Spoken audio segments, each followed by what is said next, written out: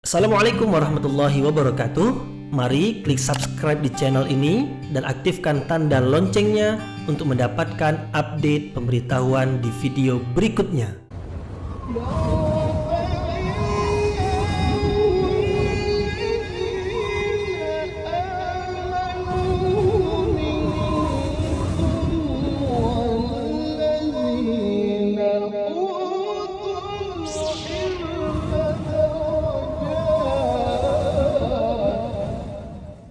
A'udzu billahi minasyaitonir rajim. Bismillahirrahmanirrahim. Assalamualaikum warahmatullahi wabarakatuh.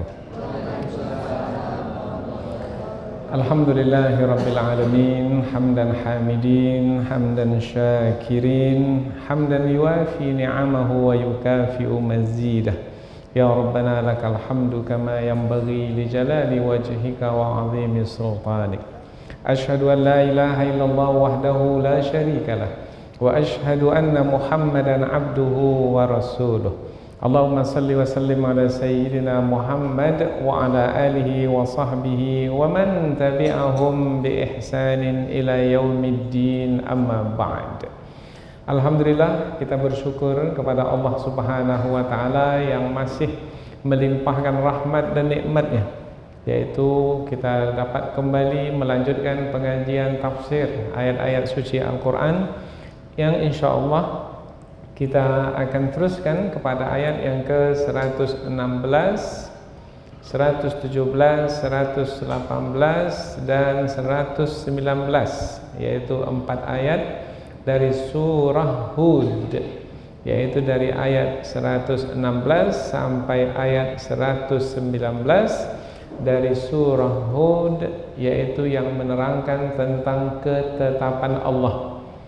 Ketetapan Allah yaitu yang pasti diberlakukan di dunia ini dan di akhirat nanti. Ketetapan Allah yang pasti diberlakukan di dunia ini adalah Allah menghendaki manusia diciptakan untuk diuji. Kemudian siapa yang berhasil dalam ujian maka akan diberi balasan kebaikan, dan siapa yang gagal dalam ujian maka pasti akan menerima siksaan. Itu sudah ketetapan Allah dan mesti difahami.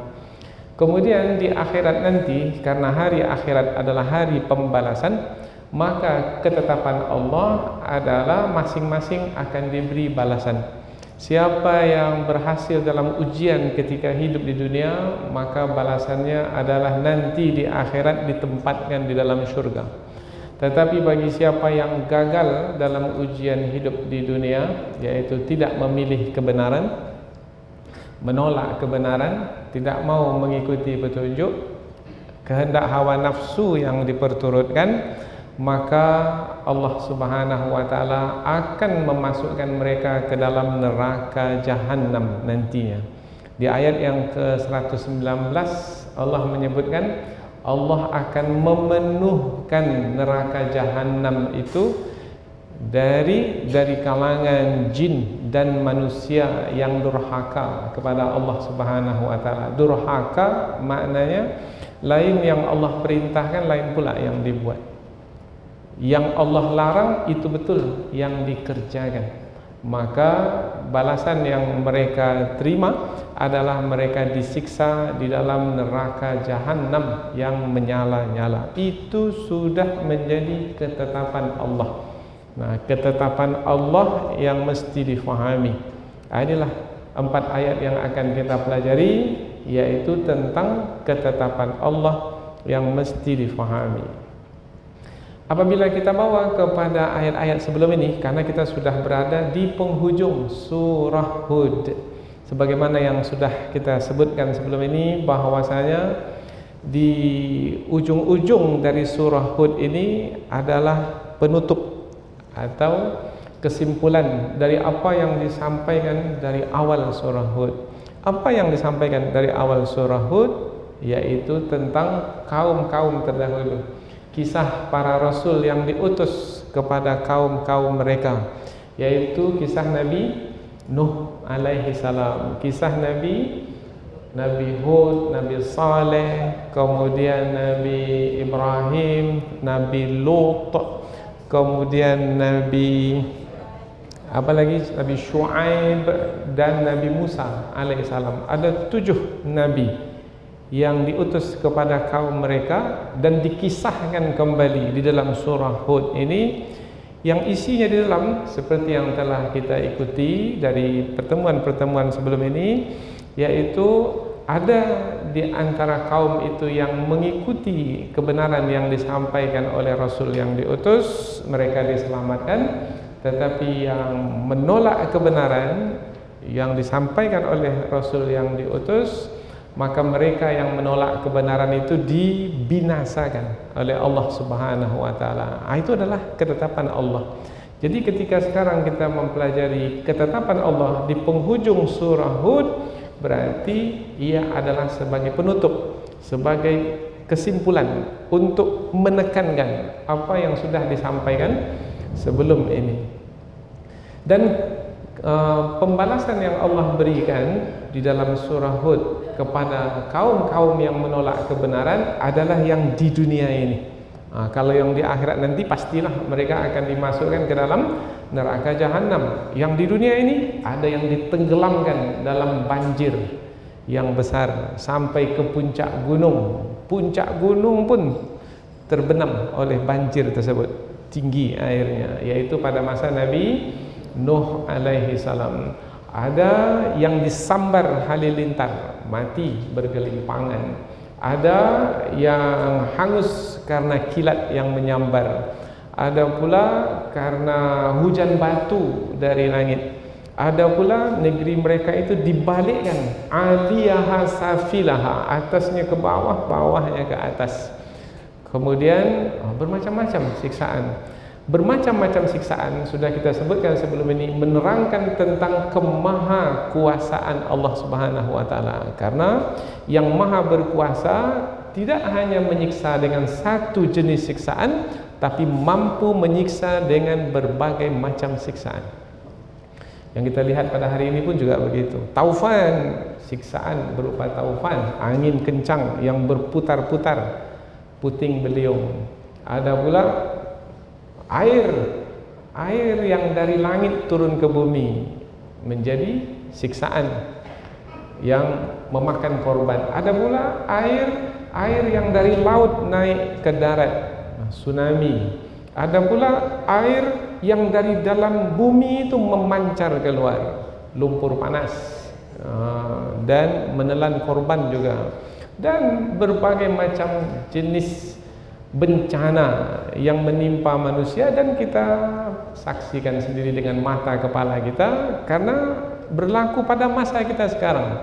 Kalau yang disebut dalam Al-Quran berlaku pada masa dahulu, ini berlaku di depan mata kita sekarang ini, pada masa kita ini, untuk mengingatkan kita kepada Allah yang maha berkuasa. Tidak juga menyadari tentang kemahakuasaan Allah, maka betul-betullah manusia sudah mati. Bukan mati nyawanya tercabut dari badan, yaitu yang kita maksudkan mati itu adalah tercabutnya iman dari dalam hati, mati hati. Kalau hati sudah mati, maka tidak akan memperhatikan tanda kekuasaan Allah yang ada di alam semesta ini. Akan berguna bagi mereka nanti peringatan? Tidak. Akan berguna bagi mereka pelajaran? Tidak. Maka ancaman seberat apapun ancaman yang menakutkan tidak akan membuat mereka menjadi takut, karena hati sudah mati. Maka kita yang mempelajari ayat-ayat Al-Quran, mudah-mudahan kita mempelajari dengan iman yang ada dalam hati, membuat kita menjadi hidup dengan makna yang sebenarnya. Liyunzira man kana hayyan wa yahiqqal qawlu 'alal kafirin. Kepada siapa pelajaran atau peringatan itu berguna? Kepada orang yang hidup. Apanya yang hidup? Hatinya yang hidup. Maka di penghujung surah Hud ini, mudah-mudahan dengan iman yang ada dalam hati kita, kita adalah orang yang hidup dengan makna yang sebenarnya, sehingga peringatan Allah menjadi berguna bagi kita. 4 ayat yang akan kita pelajari ini adalah berupa peringatan, berupa isinya adalah ancaman supaya kita menjadi takut sehingga tidak melakukan kejahatan seperti yang dilakukan oleh kaum-kaum terdahulu yang telah dibinasakan oleh Allah Subhanahu wa taala. Kita tak mau dibinasakan. Kita mau dilindungi oleh Allah dengan rahmatnya. Tetapi apabila manusia itu tidak layak untuk dilindungi, maka manusia itu akan dibinasakan oleh Allah Subhanahu wa taala dengan murkanya. Jadi Allah membinasakan dengan murka, Allah menyelamatkan dengan rahmatnya. Ada rahmat, ada murka Allah. Di dalam hadis Nabi riwayat Imam Al-Bukhari disebutkan bahwasanya inna rahmati sabaqat ghadabi.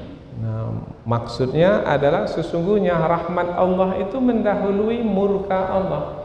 Tapi kalau penduduk negeri itu tidak layak lagi untuk dirahmati oleh Allah, maka murka Allah pun akan diberlakukanlah ke atas penduduk negeri itu dengan bencana seperti kaum-kaum yang terdahulu. Maka mudah-mudahan penutup di surah Hud ini mengingatkan kita kepada kandungan yang sudah kita pelajari selama ini dari ayat-ayat yang terdapat dalam surah Hud, sehingga membuat kita menjadi berhati-hati dan berwaspada.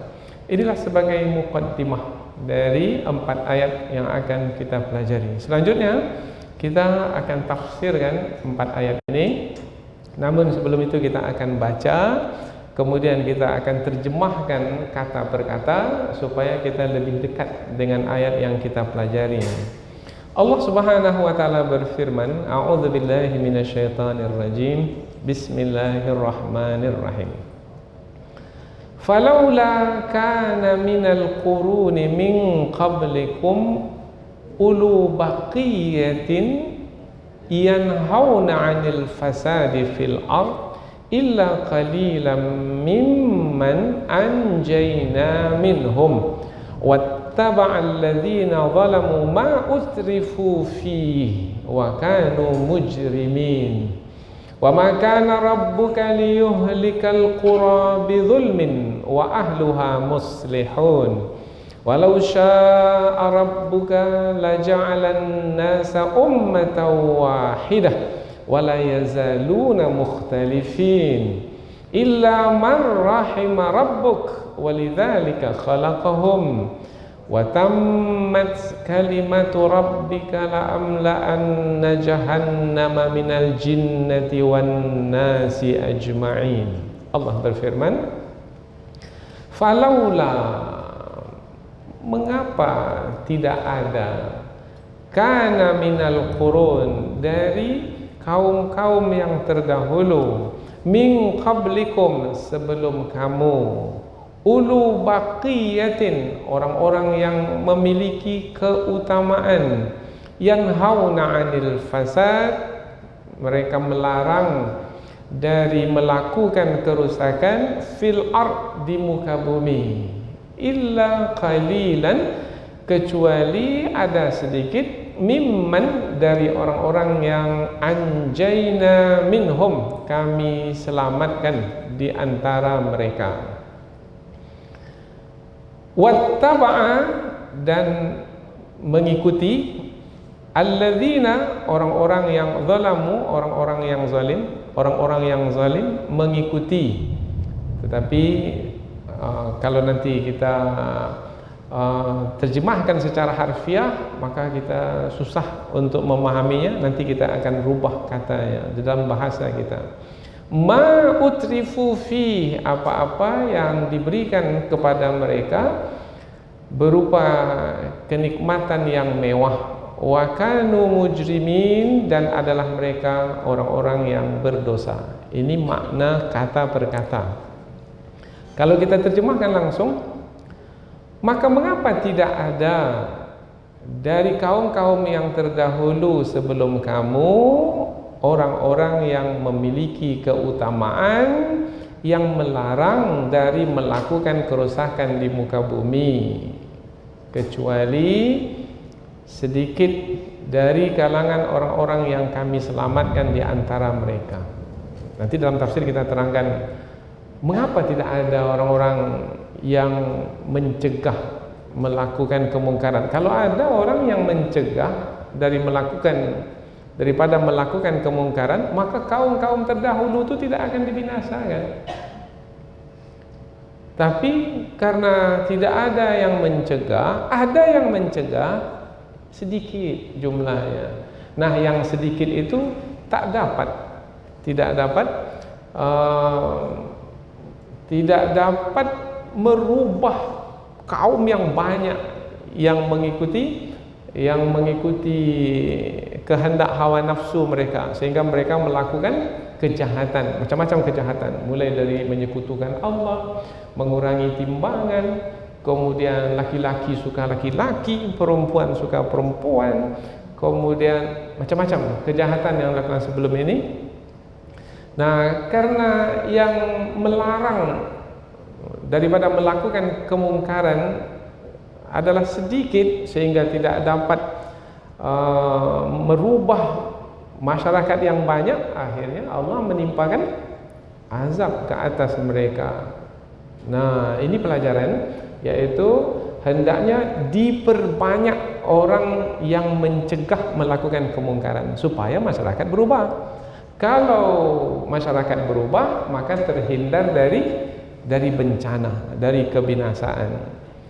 Pada masa dahulu ada yang mencegah, yaitu Rasul. Kemudian orang-orang yang mengikuti Rasul yang jumlahnya tidak seberapa. Nah, mereka itu diselamatkan oleh Allah. Tapi yang banyak jumlahnya dibinasakan oleh Allah Subhanahu wa taala. Nah, mereka yang dibinasakan itu adalah orang-orang yang zalim, yang memilih untuk hanyut di dalam kenikmatan yang mewah, dan adalah mereka orang-orang yang berdosa, yaitu mereka diberi kekayaan, dengan kekayaan itu mereka melampaui batas, yaitu dengan mengikuti kehendak hawa nafsu, yaitu dengan mengambil hak orang lain, kemudian dengan melanggar fitrah yang suci, seperti kisah-kisah kaum yang terdahulu. Wa ma kana rabbuka, dan tidaklah sekali-kali Tuhanmu, liyuhlika, membinasakan, al-qura, penduduk negeri, bizulmin, disebabkan kezaliman atau dengan kezaliman, wa ahluha, padahal penduduk negeri itu muslihun, melakukan perbaikan. Kita baca langsung. Dan sekali-kali tidaklah Tuhanmu membinasakan penduduk negeri dengan kezaliman atau disebabkan karena kezaliman, sedangkan penduduknya adalah orang-orang yang melakukan perbaikan. Nah, tidak akan mungkin Allah membinasakan penduduk negeri yang melakukan perbaikan, yang melakukan kebaikan. Tapi penduduk negeri yang mana yang dibinasakan oleh Allah? Penduduk negeri yang melakukan kerusakan. Nah, karena ayat sebelum ini tentang orang-orang yang merusak di permukaan bumi, orang-orang yang melakukan kerusakan, maka Allah binasakan. Maka pelajaran yang kita dapatkan yaitu jangan merusak, dan jangan sampai membiarkan manusia merusak. Kalau manusia berleluasa melakukan kerusakan, maka tidaklah yang dinanti melainkan adalah bencana, malapetaka, kemurkaan Allah kepada penduduk negeri tersebut. Apa yang berlaku itu Allah lah yang menetapkannya. Kalau pada hari ini yang kita dengar, apa yang berlaku? Belum lagi selesai bencana yang satu, bencana yang berikutnya datang pula, gempa bumi, tsunami, lumpur yang menenggelamkan, kemudian kampung yang amblas, hilang entah kemana dia sekarang, dengan penduduknya sekali, satu pun tak tersisa, habis. Nah, itu adalah bencana yang ada depan mata kita. Apakah Allah membinasakan dengan kezaliman? Tidak, karena wa ma rabbuka bidzallamin lil abid, sesungguhnya Tuhanmu tidaklah berlaku zalim terhadap hamba-hambanya. Siapa yang zalim? Hamba itu sendiri yang zalim. Sudah kita terangkan sebelum ini makna zalim. Apa makna zalim? Mengambil hak orang lain. Orang yang zalim, orang yang mengambil hak orang lain, mencuri umpamanya. Orang yang zalim kalau hamba, yaitu yang mengambil hak Allah Subhanahu wa taala, yaitu Allah diibadati. Tidak, mereka tidak mengibadati Allah. Allah ditauhidkan, mereka tidak mentauhidkan Allah, mereka menyekutukan Allah. Maka manusia itu yang zalim. Walau syaa rabbuka, dan kalaulah Tuhanmu menghendaki, la ja'alan nas, Allah akan menjadikan manusia ummatan wahidah, umat yang satu, kalau Allah menghendaki. Tetapi apakah itu kehendak Allah? Tidak. Allah tak menghendaki yang seperti itu. Wala yazalun, dan masih mereka itu, artinya dan mereka itu senantiasa atau masih mukhtalifin, berselisih. Sampai hari ini mereka masih tetap berselisih, karena memang Allah menghendaki mereka itu berselisih. Apa maksud Allah menghendaki manusia itu berselisih? Nanti kita akan bahas, yaitu melalui ujian. Allah menciptakan manusia untuk diuji, maka di antara ujian itu adalah berupa perselisihan, perselisihan antara kebenaran dengan kebatilan, perselisihan antara yang mengikuti kebenaran dengan yang mengikuti kebatilan. Sampai kapan perselisihan itu berlaku? Sampai hari kiamat. Illa man rahima rabbuk, kecuali orang-orang yang dirahmati oleh Tuhanmu. Yang dirahmati oleh Allah tak berselisih, mereka akan bersepakat. Walidzalika khalaqahum, dan untuk itulah mereka diciptakan. Wa tammat kalimatu rabbika, dan ketetapan Tuhanmu telah ditetapkan, atau keputusan Tuhanmu telah ditetapkan. La'amla'anna, sungguh aku akan memenuhkan jahannam, neraka jahannam, minal jinnati, dari kalangan jin, wan nas, dan manusia. Jin dan manusia yang mana? Yang durhaka. Ajma'in, semuanya tanpa terkecuali. Tidak ada satu pun yang durhaka yang tidak akan dimasukkan ke dalam neraka. Artinya semua yang durhaka, semuanya, baik itu dari kalangan jin ataupun dari kalangan manusia, semuanya akan dimasukkan ke dalam neraka. Oh, berarti ayat ini peringatan. Ya, maka ayat ini sekaligus adalah ancaman membuat manusia supaya mengingat Allah Subhanahu wa ta'ala. Jadi 4 ayat yang akan kita pelajari ini adalah ayat yang menerangkan tentang peringatan Allah, dan sekaligus isinya di dalam adalah ancaman Allah, yaitu bagi sesiapa yang tetap juga melakukan kerusakan di muka bumi, kemudian tetap juga mengikuti kebatilan, kesesatan, mengikuti kehendak hawa nafsu, mungkin disebabkan karena kenikmatan yang mewah yang diberikan kepada mereka, mereka lupa Allah Subhanahu wa ta'ala. Padahal hidup di dunia ini adalah sebagai ujian, yaitu apabila mereka tetap juga mengikuti kehendak hawa nafsu dan mengikuti kesesatan, bermakna mereka adalah orang-orang yang gagal dalam ujian, maka ketetapan Allah yang diberlakukan ke atas mereka di akhirat kelak adalah mereka akan dimasukkan ke dalam neraka jahannam. Inilah dia ringkasan dari 4 ayat yang kita pelajari. Mengapa ayat ini sepertinya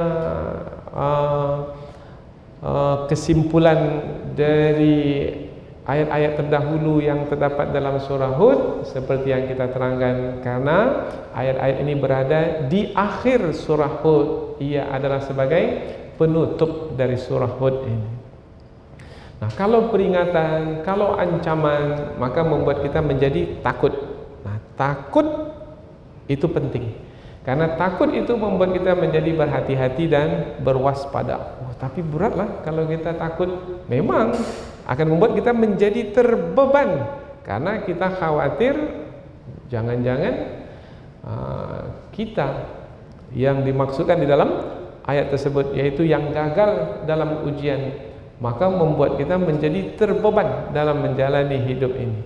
Maka ini bersesuaian dengan hadis Rasulullah sallallahu alaihi wasallam bahwasanya surah Hud ini membuat rambut Rasulullah menjadi beruban.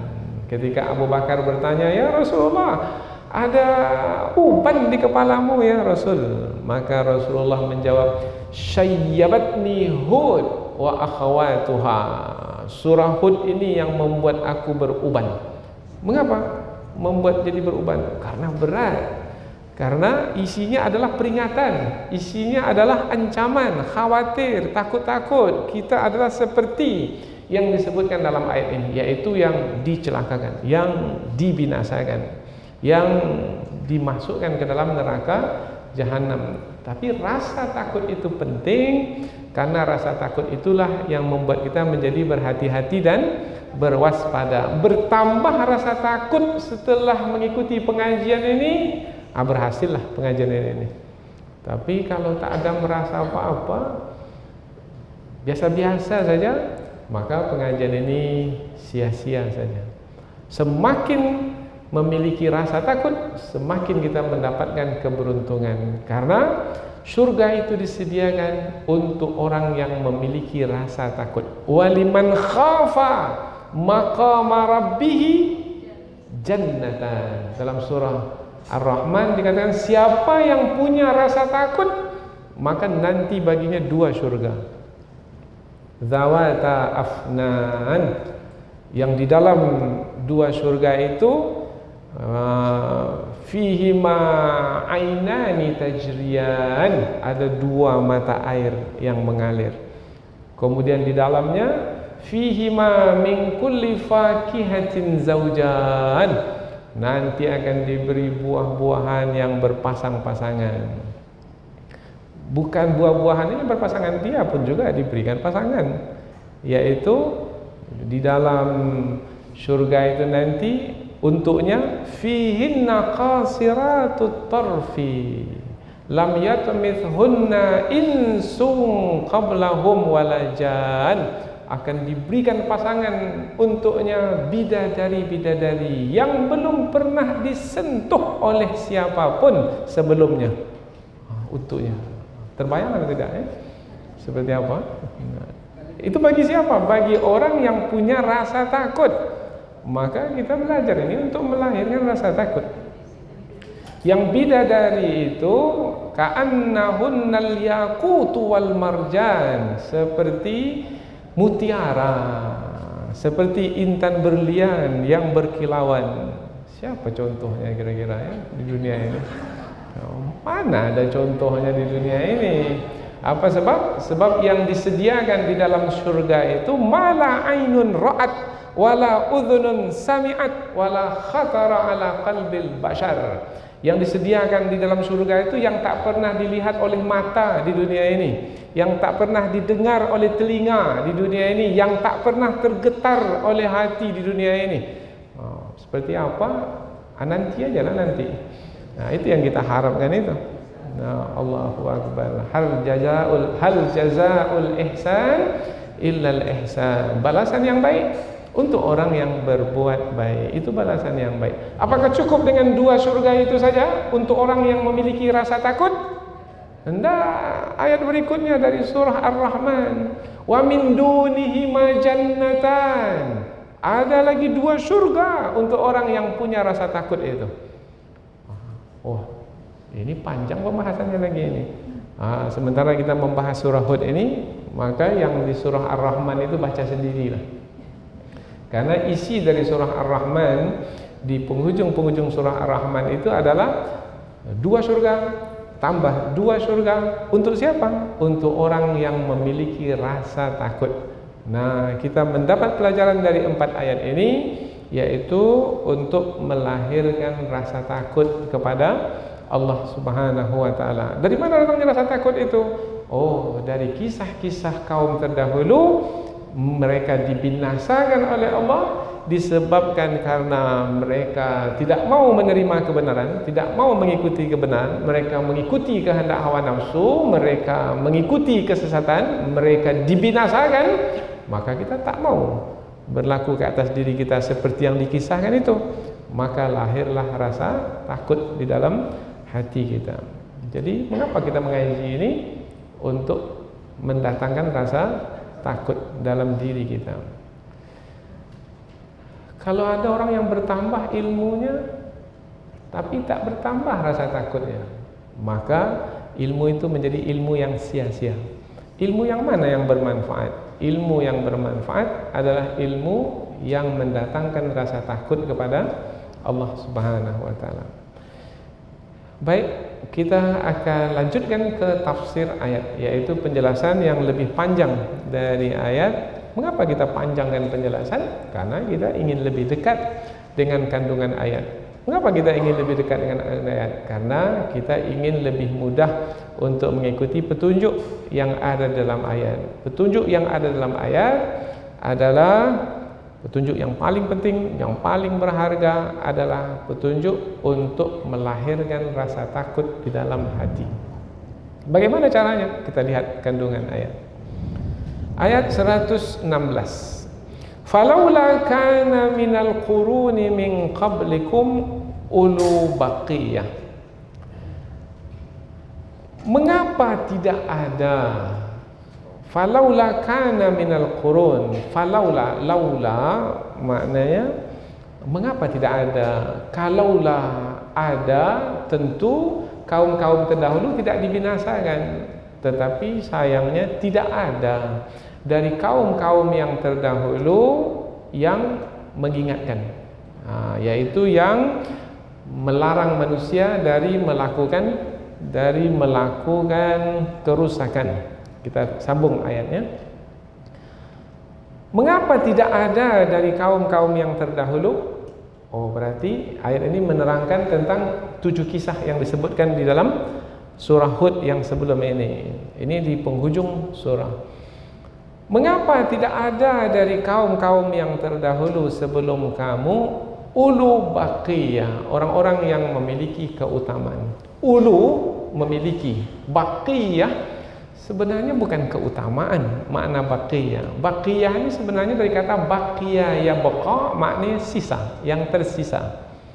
Tapi mengapa diterjemahkan dengan baqiyah, orang-orang yang memiliki keutamaan? Karena yang tersisa itu adalah yang terbaik. Biasanya dalam ujian-ujian diuji dengan berbagai macam ujian, siapa yang tersisa, yang tetap bertahan, itu adalah orang yang sabar. Satu ujian, sabar, maka orang yang sabar itu yang tersisa. Yang tak sabar, dengan 1-2 ujian sudah gugur, sudah jatuh, yaitu tidak lagi bertahan dalam menjalani ujian, gagal dalam menjalani ujian, yaitu mungkin tidak lagi mentauhidkan Allah Subhanahu wa taala. Mestinya tetap berserah diri kepada Allah, bergantung kepada Allah, memohon kepada Allah, berharap kepada Allah. Tapi ada yang gagal, ia berpaling dari Allah dengan menyekutukan Allah. Tak sabar, akhirnya pergi ke dukun. Ini yang dukun ini tak sabar ya. Sehingga dia berpaling dari Allah, gugur, diuji dengan ujian penyakit yang mungkin tak sembuh-sembuh dalam rentang waktu yang panjang. Semestinya dia tetap memohon kepada Allah karena Allah yang menetapkan penyakit, Allah yang mengangkatnya, tetapi dia berpaling kepada selain Allah. Ini orang yang tidak sabar. Mesti redha mana yang mengembalikan kepada Allah. Semua itu berlaku karena ketetapan Allah. Maka jangan mempermasalahkan kehendak Allah, mempermasalahkan kebijaksanaan Allah. Mengapa Allah? Ini mengapa Allah bermakna mempertanyakan kebijaksanaan Allah. Orang seperti ini orang yang tidak redha terhadap takdir yang Allah berlakukan ke atasnya. Orang seperti ini gagal di dalam ujian. Nah, siapa yang bertahan? Yang sabar. Siapa yang bertahan? Yang redha. Nah, yang bertahan yang tersisa disebut ulu baqiyah. Nah, orang yang tersisa. Perumpamannya seperti apa ya? Kalau kita lihat ada tebing-tebing di tepi-tepi sungai. Tebing apabila ada air banjir umpamanya berlaku, maka air yang menerpa tepi tebing itu maka akan menghakis tebing itu, roboh. Ini yang roboh, ini yang tak bertahan. Tapi ada satu pohon besar yang akarnya menjunam ke dalam bumi, kokoh tegak berdiri, tanah di sekitarnya sudah hanyut, tetapi pohon itu masih tersisa. Nah, baqiyah tersisa. Mengapa dia tersisa? Karena dia kokoh, menjunam akarnya ke dalam bumi. Oh, jadi ulu baqiyah itu siapa? Ulu baqiyah itu adalah orang-orang yang tersisa. Macam mana memahami yang tersisa itu? Yaitu orang-orang yang tetap bertahan, berhasil dalam menjalani setiap ujian dengan apa tadi? Satu dengan sabar. Satu lagi dengan apa? Dengan redha. Sabar, redha. Sabar, redha. Oh, kalau mereka ini orang yang sabar, orang yang redha, tetap bertahan, maka mereka ini adalah orang-orang yang memiliki keutamaan. Siapa mereka ini? Nah, di dalam ayat ini kita lihat adalah illa qalilan mimman anjayna minhum, kecuali yang jumlahnya sedikit dari kalangan orang-orang yang kami selamatkan mereka. Siapa orang yang diselamatkan oleh Allah yang sedikit jumlahnya? Kalau berkaitan dengan kisah-kisah kaum yang terdahulu, yaitu rasul-rasul yang diutus dan orang-orang yang beriman bersama dengan Rasul itu. Yang jumlahnya banyak atau sedikit? Sedikit. Mereka ini yang disebut ulu baqiyah. Nah, tapi jumlahnya sedikit. Nah, namun yang ulu baqiyah, mereka yang memiliki keutamaan, akhlak mereka terpuji, memiliki sifat sabar, sifat redha, kemudian mereka memiliki kecerdasan. Maka ada di antara ulama tafsir menjelaskan makna ulu baqiyah itu adalah orang yang cerdas, orang yang pintar, yang memiliki pengetahuan, yang tahu mana yang benar, kebenaran, mana yang salah, kesesatan. Nah, apabila tahu benar-benar mana yang benar, mana yang salah, maka akan menyuruh orang untuk menerima kebenaran dan akan melarang orang lain untuk mengikuti kesesatan. Jadi al-amar bil ma'ruf, an-nahyu anil munkar. Mesti ada orang ini di tengah masyarakat.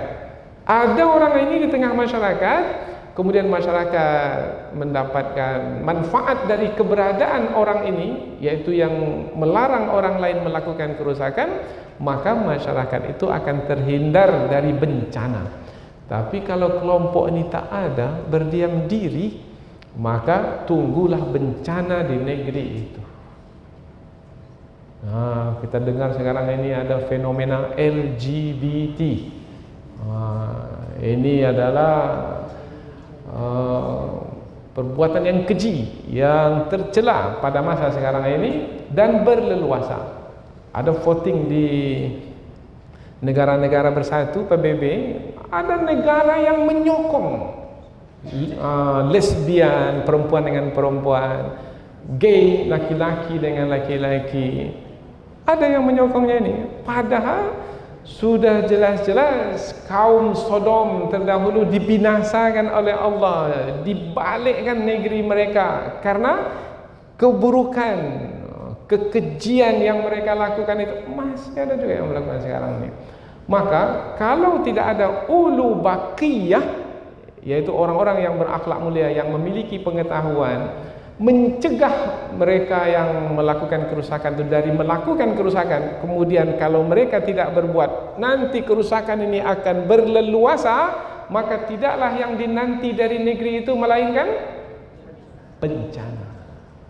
Bisa hilang negeri itu dari muka bumi? Oh, mengapa tidak? Karena ketika penyelesaian dari manusia tidak mendatangkan hasil, penyelesaian dari manusia, siapa yang menyelesaikan? Ulu baqiyah ini, yaitu yang melarang orang lain melakukan kerusakan. Kalau itu tidak berhasil, maka yang akan menyelesaikannya adalah Allah. Dengan apa? Bagaimana cara Allah menyelesaikannya? Menghabisi penduduk negeri itu. Bukan penduduk negeri itu, negeri-negeri itu sekali. Maka mesti ada orang yang tampil. Siapa mereka yang tampil itu? Ulu baqiyah. Ini yang dimaksud oleh ayat ini. Maka kita berharap mudah-mudahan kita termasuk ke dalam golongan ulu baqiyah ini. Kalau tidak, kalau jumlah sedikit, bencana akan datang. Kalau kita tidak, kita termasuk sekali masuk ke dalam itu. Mudah-mudahan tidaklah. Karena Nabi Lut alaihi salam dan orang-orang yang beriman bersama Nabi Lut dikeluarkan dari negeri itu terlebih dahulu sebelum bencana itu ditimpakan. Allah selamatkan Nabi Lut dan orang-orang beriman bersama dengannya. Hati-hati ya, karena kita dengar juga kelompok yang sungsang ini, tahu sungsang mana ya? Yang terbalik. Nah, anak kalau lahir sungsang, biasanya yang lahir apanya dulu? Kepalanya dulu. Ini kakinya dulu. Mestinya kepala di atas, ini kepalanya di bawah. Ini namanya sungsang namanya. Kaum yang sungsang ini, kalau dibiarkan, dan kita lihat kaum ini mungkin ada di sekitar kita, mungkin tak jauh dari rumah kita. Kalau dibiarkan, maka siapa yang bisa jamin bahwasanya negeri yang dihuni ini akan selamat dari murka Allah Subhanahu wa taala? Kalau Allah sudah murka, tak ada satu pun yang akan selamat. Tidak akan. Maka perlu ada langkah-langkah penyelamatan, karena ketetapan Allah berlaku pada masa dahulu dan berlaku pada masa sekarang dan akan tetap diberlakukan sampai hari akhirat. Ini yang kita sebut sebagai ketetapan Allah yang mesti difahami. Falaula kana minal quruni min qablikum ulu baqiyah yanhauna 'anil fasadi fil ard. Mengapa tidak ada dari kaum-kaum yang terdahulu sebelum kamu orang-orang yang memiliki keutamaan melarang manusia dari melakukan kerusakan di muka bumi? Kerusakan, setiap yang tidak mengikuti petunjuk, bukan petunjuk yang diikuti, selain petunjuk yang diikuti, yang bertentangan dengan petunjuk yang diikuti, namanya merusak. Jadi apa makna merusak? Yaitu melakukan sesuatu tidak sesuai dengan petunjuk. Petunjuk Allah Subhanahu wa taala laki-laki dengan perempuan, itu petunjuk Allah. Enggak, laki-laki dengan laki-laki, perempuan dengan perempuan. Hewan pun tak buat seperti itu. Ini manusia pula melakukannya karena sungsang tadi, yaitu melanggar fitrah yang suci. Maka kerusakan berlaku karena tidak mengikuti petunjuk. Karena tidak mengikuti petunjuk, maka apa yang akan berlaku? Kerusakan. Setiap yang tidak mengikuti petunjuk akan membuat kerusakan. Dahulu pernah kita contohkan dan berkali-kali kita contohkan. Biasalah, karena kita ini adalah yang biasa memakai kendaraan kunci. Untuk menghidupkan kendaraan, kita masukkan kunci ke dalam lubang starter itu untuk menghidupkan kendaraan kita. Ikut petunjuk, yaitu kita gerakkan kunci kita ke arah mana? Ke kanan atau ke kiri? Untuk menghidupkan kendaraan ikuti petunjuk ke kanan. Hidup kendaraan kita. Enggak, dia tak mau ikuti petunjuk. Dia mau hidupkan kendaraannya dengan mengikuti kehendaknya sendiri. Saya mau gerakkan kunci ini ke kiri. Mana pula bisa bergerak ke kiri? Tapi dia paksa juga untuk menggerakkannya kiri. Apa yang berlaku? Rusak, patah. Jadi kerusakan adalah tidak mengikuti petunjuk. Allah turunkan petunjuk untuk diikuti supaya tidak ada kerusakan yang berlaku.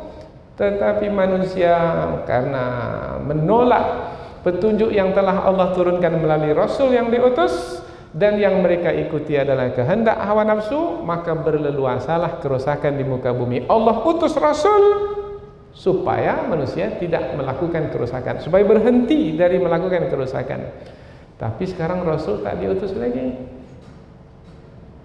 karena Rasul terakhir sudah diutus. Penutup para Rasul Nabi Muhammad SAW. Tetapi ada pewaris para Rasul yang tugasnya sama seperti Rasul, yaitu menyuruh orang lain melakukan kebaikan dan mencegah, melarang orang lain dari melakukan kerusakan. Siapa mereka? Para ulama. Nah, ikuti para ulama, selamat. Jangan kriminalisasi pula para ulama, persekusi para ulama, karena yang disampaikan oleh para ulama itu bertentangan dengan apa yang ia ikuti selama ini. Yang diikuti selama ini adalah mengikuti kehendak hawa nafsu, melakukan kerusakan demi kerusakan. Sementara Rasul diutus dan pewaris para Rasul sekarang ini Allah kehendaki ada di setiap zaman, di setiap negeri, supaya kerusakan itu dihentikan, mengikuti petunjuk supaya manusia selamat. Namun apabila tidak juga, ayat berikutnya menjelaskan,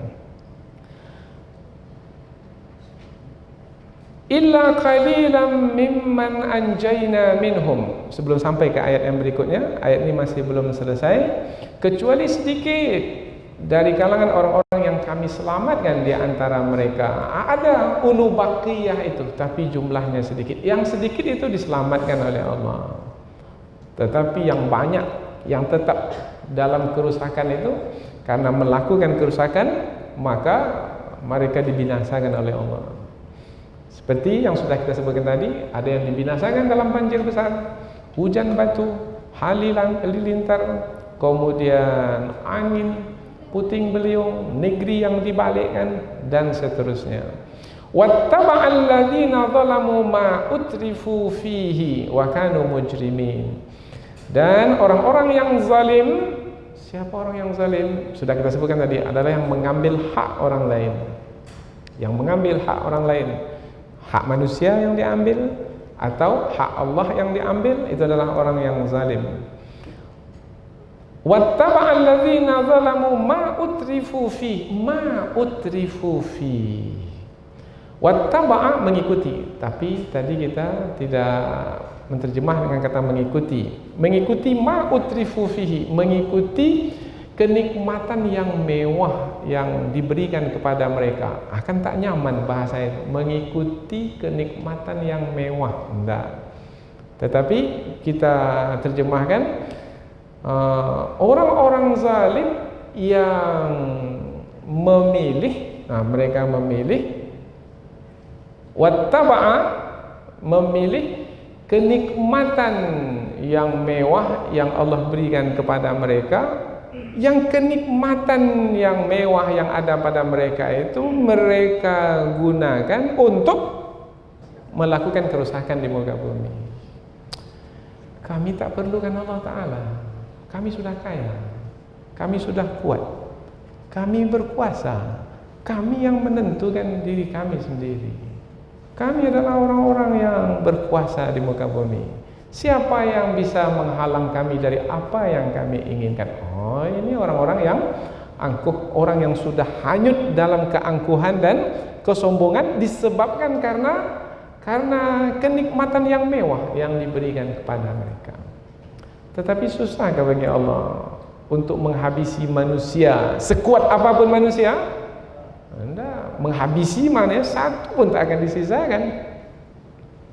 kaum-kaum yang terdahulu, siapa yang sangat berkuasa pada masa dahulu sehingga mengatakan negeri Mesir itu berada di dalam genggamannya? Alaisa li mulku Misr, bukankah dalam genggaman tanganku Mesir ini? Wahadhihi, kemudian dia berbangga dengan kuasa yang ada padanya, yaitu semua penduduk negeri Mesir tunduk patuh kepadanya. Kemudian kekayaan negeri Mesir ia yang memilikinya. Siapa dia? Bagaimana kesudahannya? Oh, dibinasakan oleh Allah, yaitu Allah tenggelamkan dia dalam laut. Hatta idza adrakahul gharaq, sehingga apabila ia ditenggelamkan oleh laut, ia tenggelam. Ketika itu barulah dia beriman kepada Allah. Dan beriman yang terlambat. Amantu bima amanat bihi Banu Israel. Aku beriman kepada Tuhan yang diimani oleh Bani Israel. Berguna ketika itu beriman? Tidak berguna.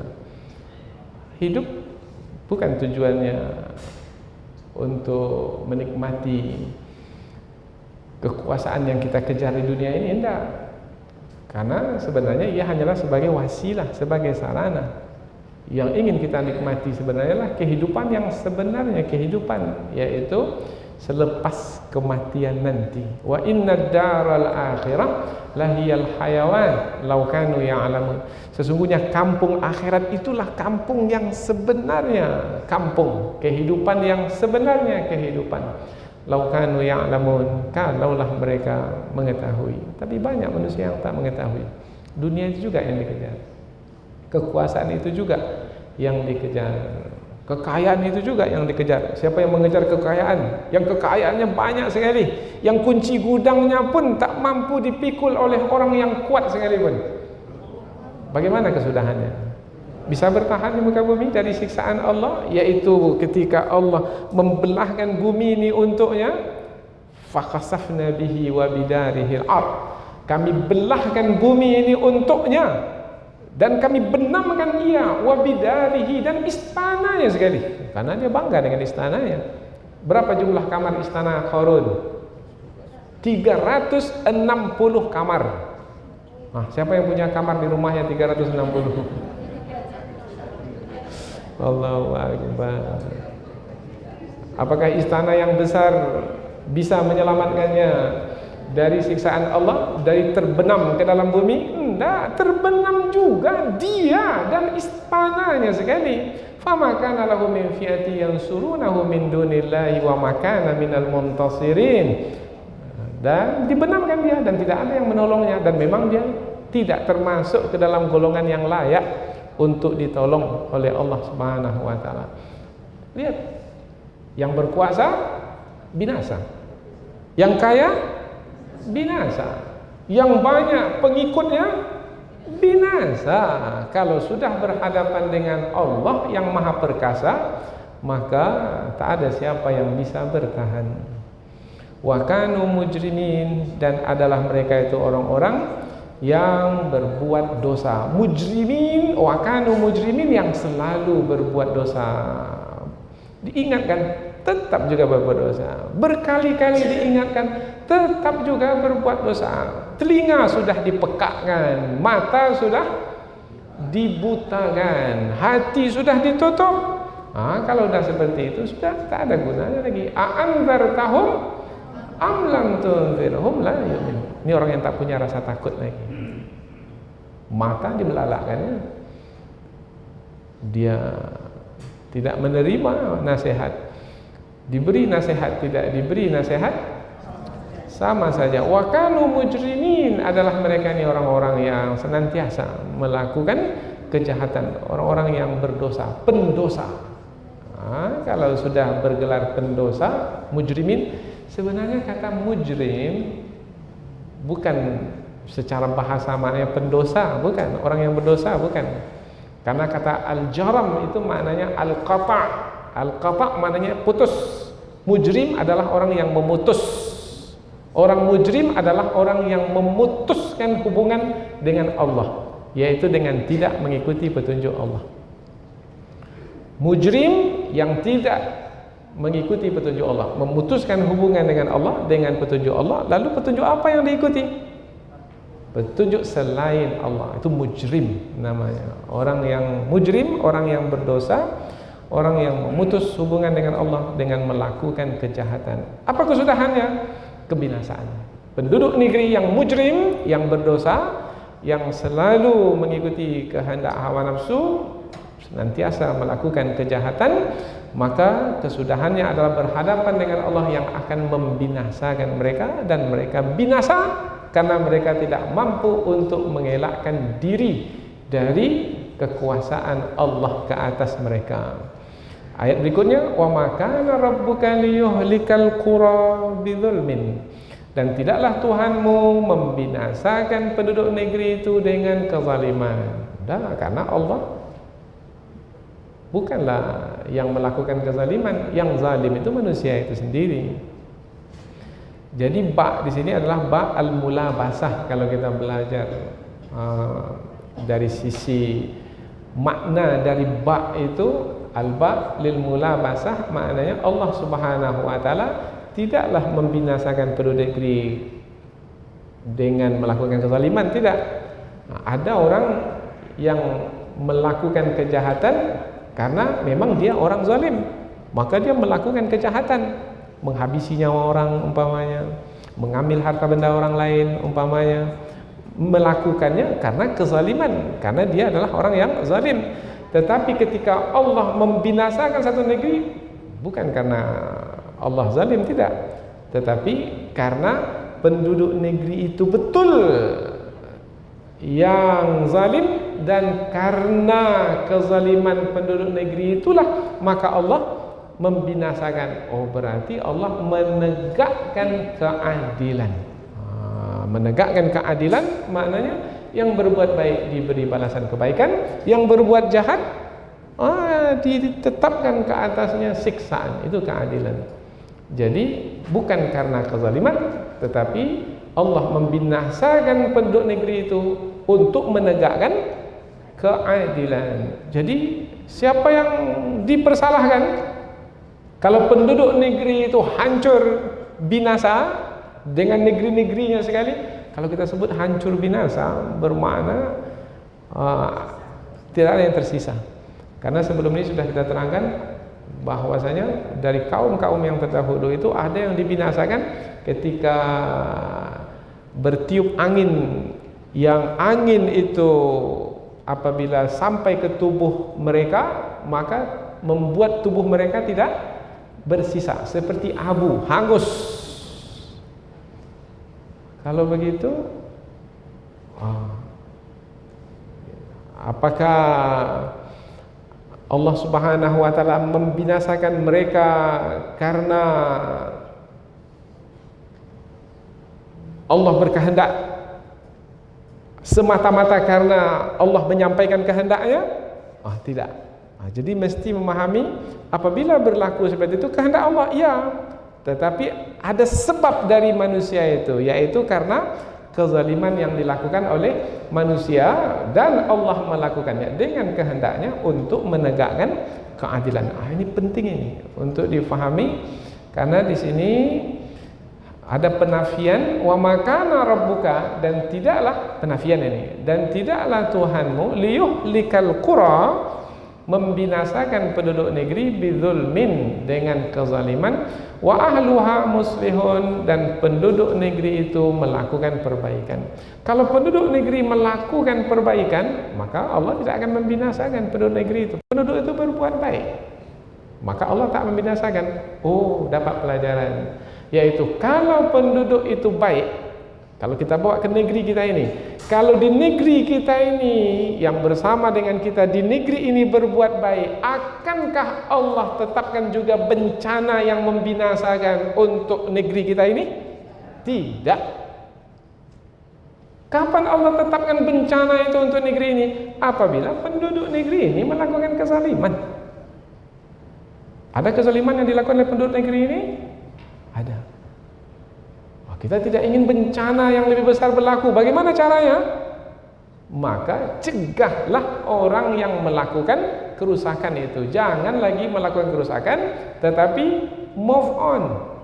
Ini istilah anak-anak sekarang. Apa move on ini? Berubah, berhijrahlah. Jangan lagi melakukan kerusakan, tapi lakukanlah perbaikan. Wa ahluha muslihun, dan penduduk negerinya melakukan perbaikan, maka Allah tidak akan membinasakan penduduk negeri itu. Tapi kalau masih juga penduduk negeri itu melakukan kerusakan, maka tidaklah yang dinanti melainkan kebinasaan, cepat atau lambat. Apa bentuknya? Wallahu a'lam. Oh, negeri kami ini di tengah-tengah pulau besar, Ustaz, jauh dari tepi pantai, tak akan mungkin terkena tsunami. Ya, tak terkena tsunami, tapi amblas ke dalam bumi mungkin? Mengapa tidak? Karena Qarun dengan istananya amblas ke dalam bumi, dibenamkan dalam bumi. Apa yang tidak mungkin berlaku kalau yang memberlakukannya adalah Allah yang maha berkuasa. Kalau sudah seperti ini penyampaian, tak juga lahir rasa takut dalam hati itu. Itu memang madabana, itu bermakna tak bisa menerima peringatan, padahal peringatan itu penting, berguna. Innaha tadhkirah faman syaa'a attakhadha ila rabbih sabila. Ini adalah peringatan. Peringatan berguna bagi orang-orang beriman. Maka bagi orang yang beriman, ittakhadha ila rabbih sabila, dia akan mencari jalan yang jalan itu jalan yang menghantarkannya kepada Allah Subhanahu wa taala. Wa ma tasyauna illa ayyasha Allah. Tidaklah yang kamu kehendaki melainkan apa yang dikehendaki oleh Allah Subhanahu wa taala. Innallaha kana aliman hakima. Sesungguhnya Allah Maha mengetahui, Maha bijaksana. Allah mengetahui siapa yang berbuat baik, siapa yang berbuat jahat. Hakimah, Maha bijaksana. Bijaksana, yang berbuat baik diberikan balasan kebaikan, yang berbuat jahat pun diberikan balasan juga, yaitu berupa siksaan. Faman ya'mal mithqala dzarratin khairan yara wa man ya'mal mithqala dzarratin syarran yara. Jelas ayat berikutnya mudah untuk difahami karena berkaitan dengan kehendak yang sudah kita sampaikan tadi.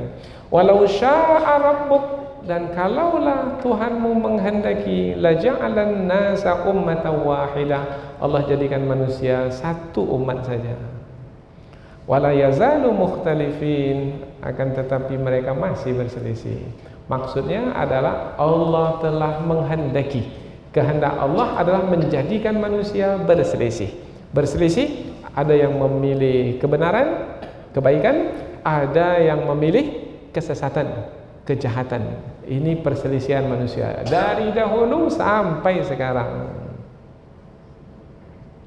Sehingga apabila mereka ini berselisih, ini adalah ujian. Perselisihan ini adalah ujian, yaitu siapa yang memilih kebenaran berhasil dalam ujian, siapa yang memilih kesesatan gagal dalam ujian. Hidup ini adalah untuk diuji. Maka perselisihan yang berlaku ini adalah karena ujian yang sedang berjalan. Kita tidak ingin gagal dalam ujian, maka pastikan yang kita pilih adalah kebenaran, yang kita ikuti adalah petunjuk. Bagaimana supaya kita mengikuti kebenaran, memilih kebenaran? Maka mesti memiliki pengetahuan. Untuk itulah kita belajar, menuntut ilmu. Karena orang yang mengetahui, dia tahu yang benar, tahu yang salah. Kemudian dengan pengetahuannya dia pilih yang benar, berhasil dalam ujian. Ada orang yang gagal dalam ujian, dia pilih yang salah, dia pilih kesesatan. Saya tak tahu, Ustaz. Bagaimana? Karena kebodohan. Nah, kebodohan membuatnya gagal dalam ujian. Untuk itulah kita belajar, supaya kita memiliki pengetahuan. Dengan pengetahuan kita memilih kebenaran, kita mengetahui petunjuk, kita ikuti petunjuk, kemudian kita berhasil dalam ujian. Ini yang membuat kita istiqamah. Ayat sebelum ini berkaitan dengan istiqamah. Ini yang membuat kita berhasil dalam ujian hidup di dunia ini. Tak cukup mengaku beriman di mulut, akan diuji oleh Allah. Ahasiban nas ayyutraku, apakah manusia mengira akan ditinggalkan ayyaqulu amanna, ditinggalkan dengan mengatakan kami beriman kepada Allah, wahum la yuftanun, dan mereka tidak akan diuji. Walaqad fatannal ladzina min qablihim, sungguh sudah diuji orang-orang sebelum mereka. Fala ya'lamannallahu alladzina sadaqu wa la ya'lamannal kadzibin. Untuk apa diuji? Untuk mengetahui siapa yang betul-betul jujur mengikuti kebenaran dan siapa yang berbohong, yaitu yang mengikuti kesesatan. Ini ujian ini. Inilah hidup kita ini. Hal ata 'alal insani hinum minad dahri lam yakun syai'am madhkura. Inna khalaqnal insana min nutfatin amsyajin nabtalihi faja'alnahu sami'an basira. Inna hadainahu sabila imma syakiran wa imma kafura. Ini di mana kita jumpa ini? Surah Al-Insan. Kapan biasanya kita baca surah Al-Insan ini? Setiap subuh di hari Jumat rakaat kedua. Biasanya rakaat pertama surah As-Sajdah, di rakaat yang kedua surah Al-Insan, menerangkan bahwasanya hidup ini adalah ujian. Siapa yang berhasil dalam ujian, beruntunglah. Siapa yang berhasil? Illa man rahima rabbuk, kecuali orang-orang yang dirahmati oleh Allah, mereka itulah yang berhasil. Mereka tidak akan berselisih, mereka akan bersepakat, yaitu mengikuti kebenaran, dan mereka bersepakat dalam mengikuti kebenaran. Walidzalika khalaqahum, dan untuk itulah Allah menciptakan mereka. Untuk itu mereka, Allah menciptakan mereka, maksudnya apa? Untuk berselisih itulah Allah menciptakan mereka. Apa maksudnya itu? Untuk diuji. Allah menciptakan mereka untuk diuji, maka berselisih, maka perselisihan berlaku dari dahulu hingga sekarang. Ya, tinggal lagi sekarang ini kita ini berada di pihak yang mana? Nah, di pihak yang mengikuti kebenaran dan berselisih dengan yang mengikuti kesesatan. Jadi mesti ada berlaku perselisihan. Karena pada hari ini ada orang yang tak mau berselisih, pasang dua kaki namanya. Nah, di kaki ini dia juga pasang, di kaki tidak bisa, antara kebenaran dengan kebatilan tak bisa pasang dua kaki. Mana ada orang yang kakinya di sebelah di surga, kaki di sebelah di neraka? Enggak ada. Kalau tidak di neraka, di surga. Kalau tidak di surga, di neraka. Apabila berkaitan dengan kebenaran dan kebatilan, apabila kaitan dengan petunjuk dan kesesatan. Walidzalika khalaqahum, untuk itulah mereka diciptakan, untuk berselisih, itu untuk diuji, supaya diketahui siapa yang jujur dalam beriman, siapa yang berbohong dalam beriman. Wa tammat kalimatu rabbik, dan sudah menjadi tetap apa yang Allah kehendaki. Perkataan Allah itu sudah menjadi ketetapan. La amla'anna jahannama minal jinnati wan nasi ajma'in. Ini adalah akibat dari apa yang dipilih oleh manusia di dunia. Akibatnya nanti di hari akhirat adalah yang gagal dalam ujian, yang ketika di dunia memilih kesesatan karena mengikuti kehendak hawa nafsu, karena kebodohan, atau juga karena punya pengetahuan tetapi karena cinta dunia, tertipu oleh kenikmatan dunia, akhirnya memilih kesesatan. Maka la amla'anna jahannam, Allah berfirman, sungguh aku akan memenuhkan neraka jahannam itu.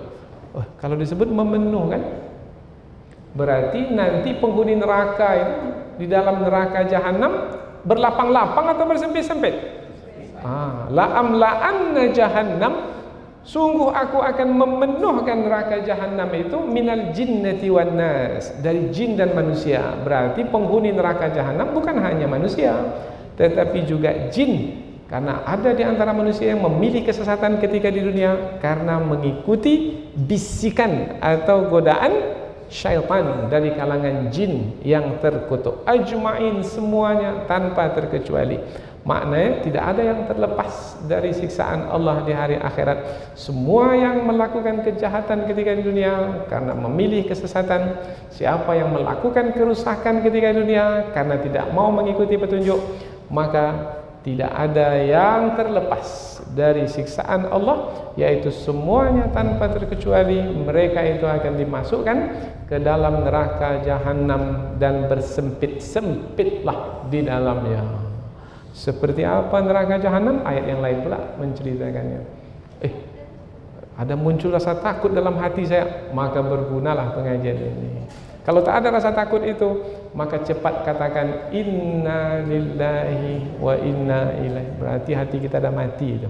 Cepat perbaiki hati supaya jangan menyesal nanti sebelum kematian tiba. Mudah-mudahan kita ini adalah orang-orang yang memiliki rasa takut yang akan membuat kita menjadi berhati-hati dan berwaspada, kemudian berusaha untuk senantiasa melakukan ketaatan dan mendekatkan diri kepada Allah Subhanahu wa taala. Subhanakallahumma wa bihamdika asyhadu an la ilaha illa anta wa astaghfiruka wa atubu ilaihi. Wassalamualaikum warahmatullahi wabarakatuh.